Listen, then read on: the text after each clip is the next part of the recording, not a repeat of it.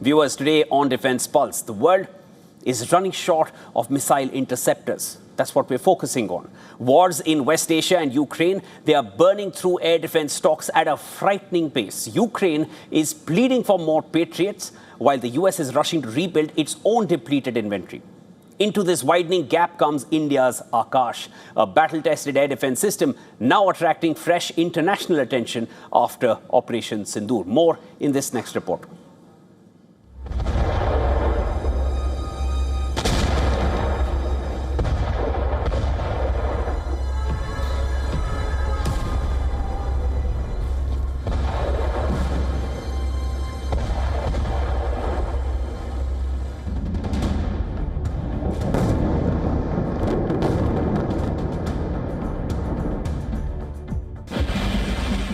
Modern wars are turning the sky into a battlefield of saturation. Ballistic missiles, cruise missiles, fighter aircraft, drones arriving in swarms. And the demand for one weapon is exploding: interceptors. The Patriot system has become one of the world's most sought-after air defense weapons, but years of fighting have exposed a brutal problem. There are not enough of them. According to reports, around 65% of US Patriot interceptor stock had been used between February and July during the Iran conflict, leaving fewer than 850 interceptors. Production is now being accelerated. Ukraine is adding to the pressure. Kyiv continues to plead for more Patriots to defend its cities against Russian ballistic missiles. President Volodymyr Zelensky has called for hundreds of additional interceptors.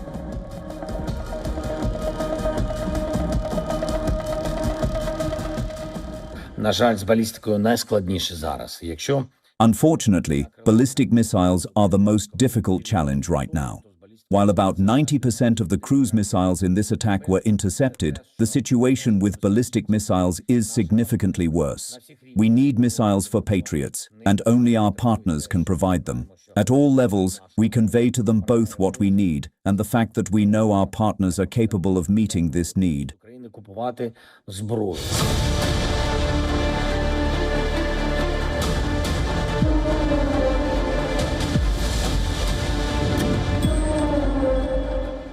That is where Akash enters the picture.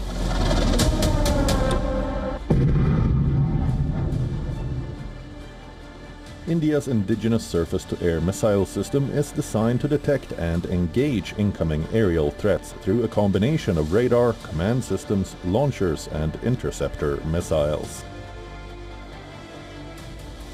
The basic idea is simple: find the threat, track it, calculate its path, launch Aakash, and destroy it before it reaches the target. With a 25-kilometer operational range, it can target fighter aircrafts, helicopters, and drones.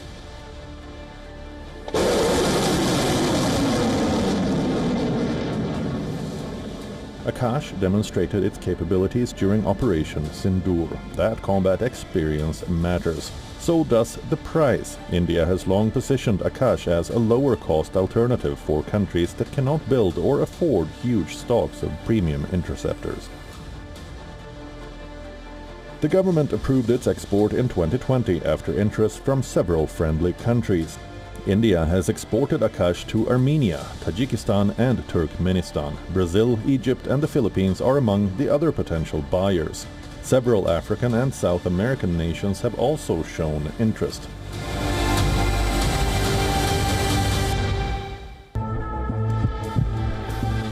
But the battlefield is changing again. Drones are becoming cheaper, smaller, and more numerous.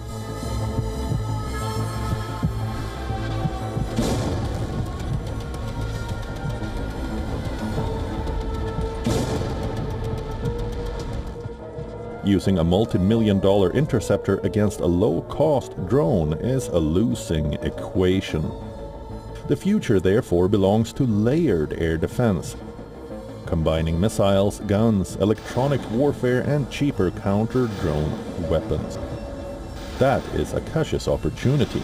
With the changing threat perceptions and the emergence of drone swarms, nations need an affordable shield against the new age of mass aerial attacks. Bureau Report, WION, World is One.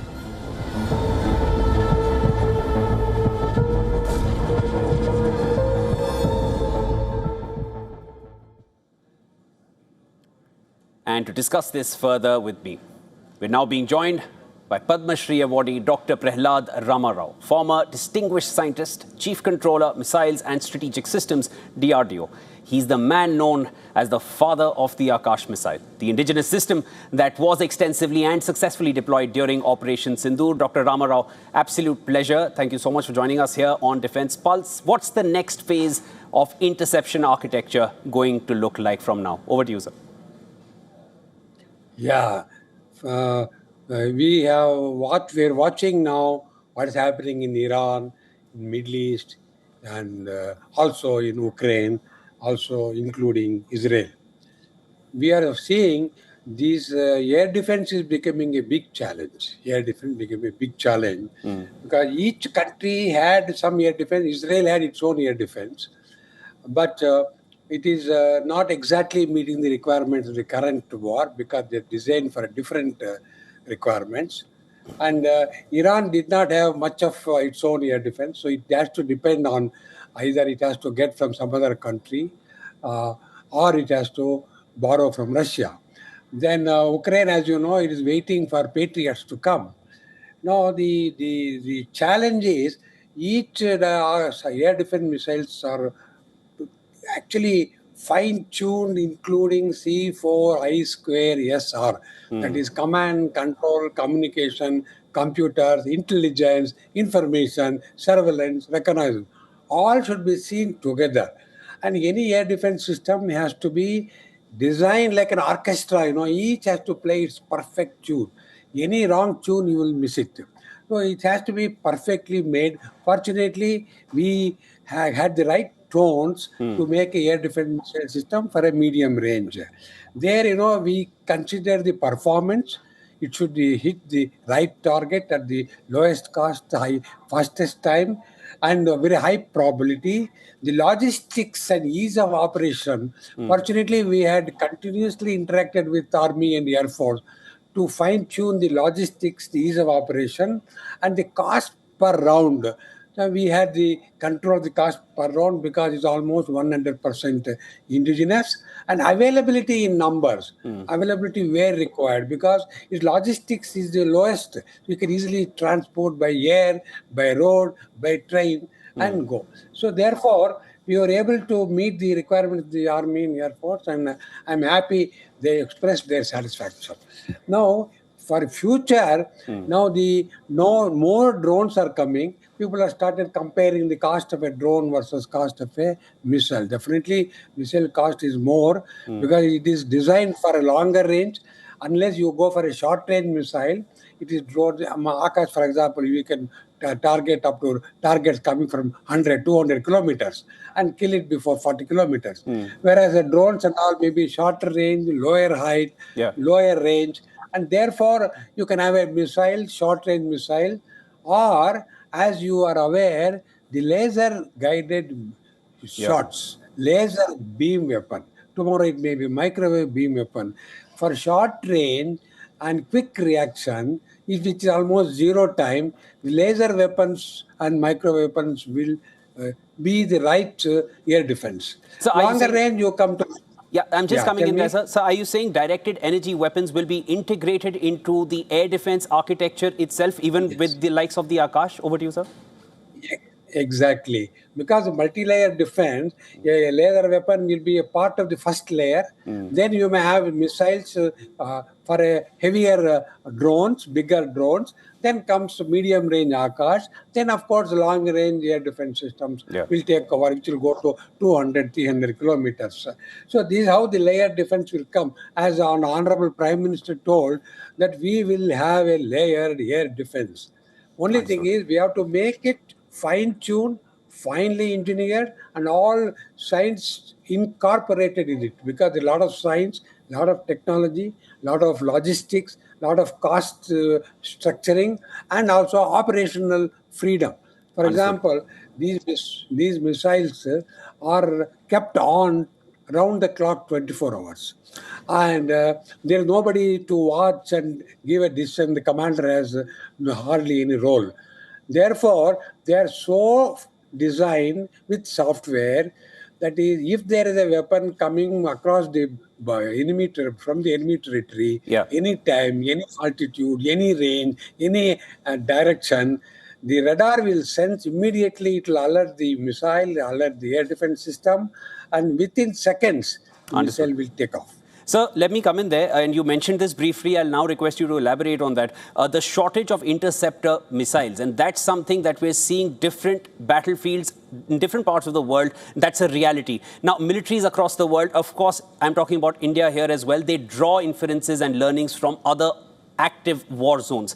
What has India's learning been, in your appreciation, from what US is facing at this point in West Asia, or what Ukraine is facing against Russia? When you say India, I am saying it is integrating Army, Air Force users, the DRDO who have done the design, radar design, control system design, C4A design, and of course the industries. Some 300, 400 industries have contributed for the delivery of the weapons, continue to contribute.